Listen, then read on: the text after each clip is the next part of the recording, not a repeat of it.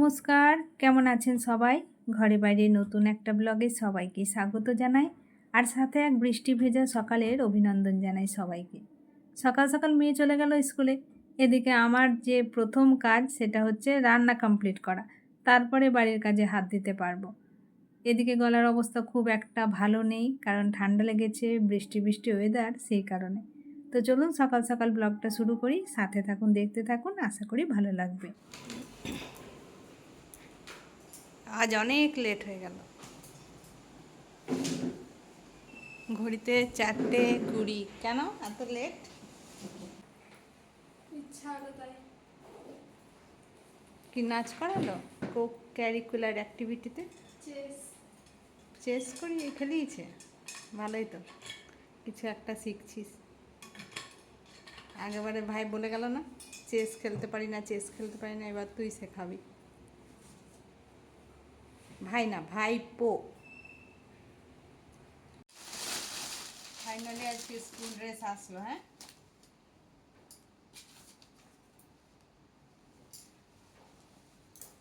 বাবা কি বড় শার্ট নিয়ে নিয়েছিস রে? হ্যাঁ, হবে তো তোর? এ কি তোর বাবা সাইজে নিয়ে নিয়েছিস যে?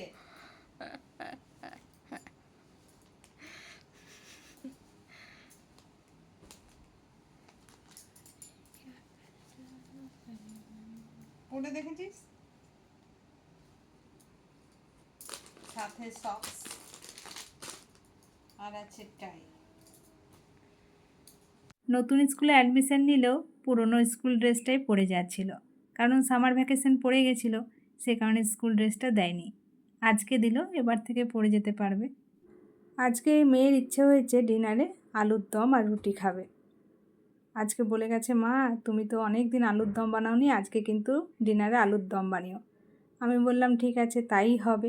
সাধারণত মা এখানে থাকলে আমাদের পেঁয়াজ রসুন দিয়ে রান্নাটা একটু কমই হয়, কারণ মা তো পেঁয়াজ রসুন খান না, সে কারণে আলাদা করে আমাদের জন্য আর বানাতে ইচ্ছে হয় না।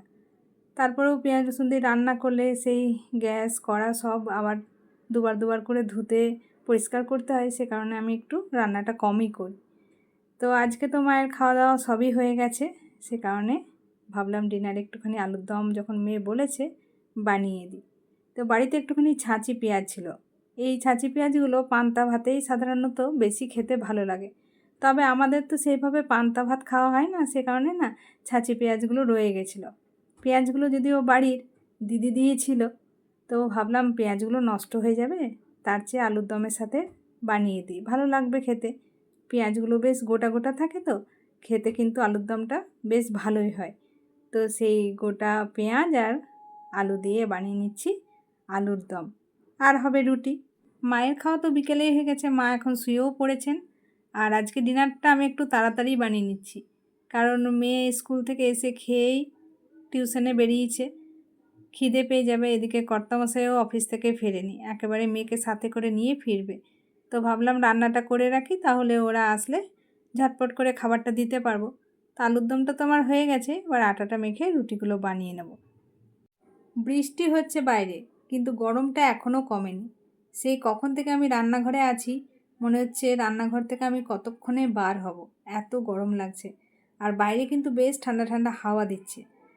তো যাই হোক, রুটিগুলো তো আমার হয়ে গেছে, চলুন এবার গরম গরম রুটি আর আলুর দম সার্ভ করে দিই। তো এই যে খাবার নিয়ে বসে পড়েছি, চলুন খাবারটা খেয়ে নিই, পরে আবার ফিরে আসছি। তো বন্ধুরা, এখন ঘড়িতে হয়ে গেছে 12টা। আজকের মতো ব্লগটা এই পর্যন্তই রাখছি। আজকের এই ভিডিওটা আপনাদের কেমন লাগলো কমেন্টে জানাবেন, আর ভালো লেগে থাকলে একটা লাইক করবেন, আর আমার নতুন বন্ধুরা চ্যানেলটাকে সাবস্ক্রাইব করে দিয়ে আমার পাশে থাকবেন। আবারও খুব শীঘ্রই ফিরে আসবো নতুন একটা ব্লগ নিয়ে। আপনারা সবাই সুস্থ থাকবেন, ভালো থাকবেন, সাবধানে থাকবেন। দেখা হবে খুব শীঘ্রই পরের একটা ব্লগে। Bye, good night.